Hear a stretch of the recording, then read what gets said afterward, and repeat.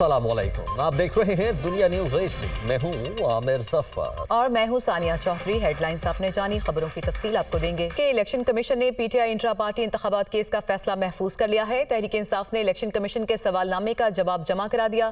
Intra party انتخابات کے بعد ہم نے تفصیلات جمع کرائیں۔ الیکشن کمیشن سے 4 دسمبر کو پوچھا کہ کوئی دستاویزات موجود ہیں تو بتا دیں۔ اس وقت دستاویزات جمع کرائیں۔ 8 دسمبر کو دوبارہ 4 سوال آئے۔ کل درخواستوں پر سماعت مکمل ہوئی تو مزید 40 سوال پکڑا دیے۔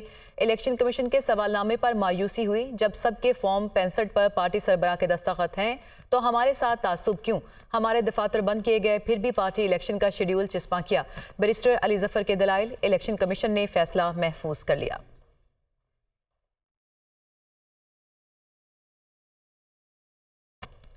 پاکستان تحریک انصاف کے چیئرمین بیرسٹر گوہر علی خان کہتے ہیں کہ یقین ہے کہ بلے کا نشان مل جائے گا، ورنہ پلان B اور پلان C بھی تیار ہے۔ مزید کہا کہ جو بھی فیصلہ ہے جلد ہونا چاہیے۔ انتخابی شیڈیول جاری ہو چکا، امید کرتے ہیں کہ الیکشن کمیشن جلد اچھا فیصلہ دے گا۔ جبکہ بیرسٹر علی ظفر کہتے ہیں کہ انٹرا پارٹی کیس میں منفی فیصلہ نہ دیں، ہمارا رابطہ ایپ میں کوئی بھی جوائن کرے ممبرشپ کارڈ مل جاتا ہے۔ الیکشن کمیشن نے سوال کیا کہ انٹرا پارٹی انتخابات پری مینجمنٹ تھی۔ وہ اسلام آباد میں میڈیا سے گفتگو کر رہے تھے۔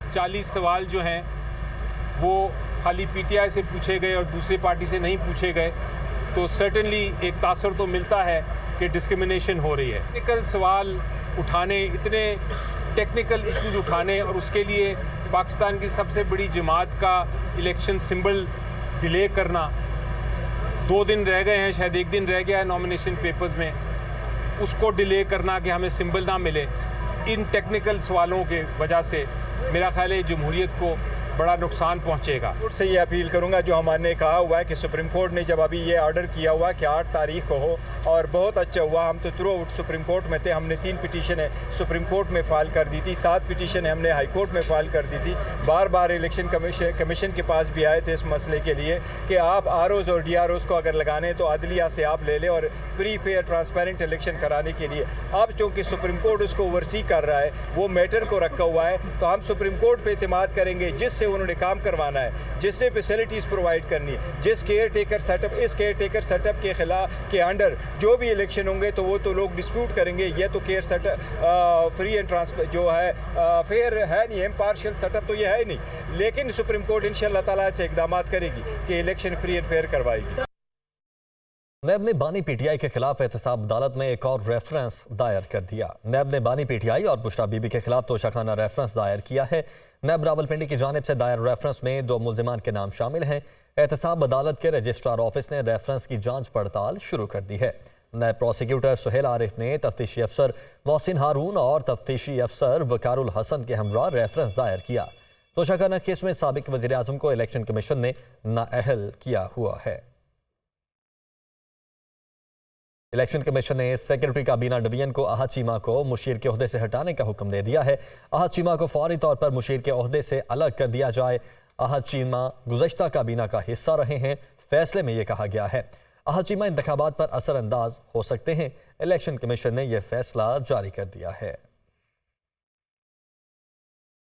سابق وزیر اعظم نواز شریف کا کہنا ہے کہ 2018 کے انتخابات میں انجینئرنگ کی گئی، 4 ووٹوں کی برتری سے سلیکٹڈ کو وزیر اعظم بنایا گیا۔ انہیں اللہ کا خوف نہیں، ریاست مدینہ کہتے تھے اور کرتے کیا تھے۔ بانی PTI کے آتے ہی ڈالر کو پر لگ گئے، قوم کو تبدیلی آنے کا جھوٹا خواب دکھایا گیا۔ مزید کیا کہتے ہیں، آئیے دیکھتے ہیں۔ نیا پاکستان بنائیں گے، تبدیلی آئے گی، وہ سب کچھ ایک جھوٹا خواب تھا، باغ تھا۔ تحاشا انجینئرنگ کی گئی، بندوں کو پارٹیاں تبدیل کروائی گئیں، ہماری پارٹی سے بندے لے کے ان کی پارٹی میں ڈال دیے گئے، لیکن پھر بھی جب نہیں جیتے تو RTS بند کر کے الیکشن کو ان کو روک کر جتوانا پڑا۔ وہ وزیر اعظم اس کو بنایا گیا، سلیکٹڈ بندہ جو تھا 4 ووٹوں کی برتری سے وزیر اعظم بنا تھا۔ وہ یہ سارے کام ہم نے خود خراب کیے ہیں، اپنے ملک کو خود آج اس نقطے پہ ہم لے کے آئے ہیں، کسی اور کا قصور نہیں ہے۔ یہ ہندوستان نے ہمارے خلاف نہیں کیا، یہ کوئی امریکہ نے ہمارے خلاف نہیں کیا، یہ کوئی افغانستان نے ہمارے خلاف نہیں کیا، یہ ہم نے خود کیا، اپنے پاؤں پہ خود کلاڑا مارا۔ یہ تھے میاں نواز شریف، جبکہ دوسری جانب chairman Peoples Party Bilawal Bhutto نے کہا ہے کہ ہم نے سیاست کو ذاتی دشمنی میں تبدیل کر دیا۔ بانی پی ٹی آئی کا اس ذاتی دشمنی میں سب سے بڑا کردار تھا۔ وہ کہتے تھے کسی سے بات نہیں کروں گا، خودکشی کر لوں گا، یہ ملک ہمارا ہے، ہمیں مل کر کام کرنا پڑے گا۔ فرق اس وقت پڑے گا جب آپ مجھے محب وطن مانیں گے اور میں آپ کو۔ ایک دوسرے کو جیل بھیجنا سیاست نہیں، ناکامی ہے۔ ہمیں پرانی روایتی سیاست کو دفن کرنا ہوگا۔ ایسا کریں گے تو ہی ملک چلے گا۔ وہ لاہور ہائی کورٹ بار میں خطاب کر رہے تھے۔ سیاست کو اس ملک میں تو ذاتی دشمنی میں تبدیل کر دیا ہے۔ جب میں ہم کہتا ہوں تو سب سے بڑا کردار تو خود خان صاحب کا تھا۔ کہا کہ سب چور ہے، میں چور سے نہیں بات کروں گا۔ اب آپ کا بار کا صدر کہہ رہا ہے کہ ہم بات کریں۔ وہ تو کہتا تھا کہ میں بات نہیں کروں گا۔ وہ کہتا تھا کہ میں خودکشی کروں گا مگر میں ان چوروں سے بات نہیں کروں گا۔ آپ کا لیڈر سے سیاسی اختلافات رکھ سکتا ہوں، ایک دوسرا رائے رکھ سکتا ہوں، مگر جو سیاسی کارکن ہیں ان کا میں عزت کرتا ہوں۔ ایک دوسرے کو جیل بھیجنے کا ایک سیاست کا کامیابی سمجھتے ہیں، یہ کامیابی نہیں، یہ سیاست کا شکست ہے۔ پرانے سیاستدان پرانے طریقے سے لڑتے رہیں گے آپس میں تو ہم ان مسئلے کا حل نہیں نکال سکیں گے۔ میں چاہتا ہوں کہ ہم ہمیشہ کے لیے یہ پرانی روایتی سیاست کو دفن کریں اور ایک نیا سیاست، اس ملک کو ایک نیا سمت پہ لے کے جائیں۔ پاکستان پیپلز پارٹی کے رہنما یوسف رضا گیلانی کہتے ہیں کہ پیپلز پارٹی نے ملک کو بحرانوں سے نکالا۔ پیپلز پارٹی ایک جدوجہد کا نام ہے۔ آئین پاکستان کو ہم نے اصل صورت میں بحال کیا۔ پیپلز پارٹی کسان اور اقلیتی برادری کے لیے مشعل راہ ہے۔ وہ ملتان میں میڈیا سے گفتگو کر رہے تھے۔ پیپلز پارٹی ایک سٹرگل کا نام ہے اور پاکستان پیپلز پارٹی نے اس ملک کو بحرانوں سے نکالا ہے۔ جوڈیشری نے، چیف جسٹس نے، صدر پاکستان نے اور الیکشن کمیشن نے یہ فیصلہ کیا ہے کہ 8 فروری کو الیکشن ہوں گے۔ ہم اس کے لیے تیار ہیں اور ہم عوام کے پاس جائیں گے اور مجھے کبھی یقین ہے کہ عوام جو ہے وہ فیصلہ جو ہوگا وہ ہمارے حق میں دیں گے، چونکہ عوام کے قریب تر اگر کوئی جماعت ہے وہ پاکستان پیپلز پارٹی ہے۔ میں یہ سمجھتا ہوں کہ اس قسم کا تاثر دینا بھی عوام کی مینڈیٹ کی توہین ہے۔ یہ تو عوام فیصلہ کریں گے کہ وہ کس کو وزیر اعظم بنانا چاہتے ہیں۔ ہم اس سے پہلے عوام کے ووٹوں کے ذریعے ہم نے آنا ہے، یہ کسی چور دروازے کے ذریعے ہم نے الیکشن نہیں لڑنا۔ نگران وزیر اعظم انوار الحق کاکڑ کہتے ہیں کہ داغدار اور غیر داغدار کی باتیں 70 کی دہائی سے چل رہی ہیں۔ جن کو لیول پلینگ فیلڈ ملا وہ اپنے داغوں کو لے کر نہیں چلے گئے تو ہم کون سا لے کر جائیں گے؟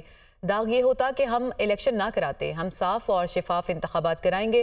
قوم پرست سمجھتے ہیں کہ تمام چیزیں ان کی نظر سے دیکھی جائیں۔ جن غیر ملکی تارکین وطن کو بھیجا جا رہا ہے وہ کہتے ہیں کہ ظلم ہو رہا ہے۔ وہ کوئٹہ میں میڈیا سے گفتگو کر رہے تھے۔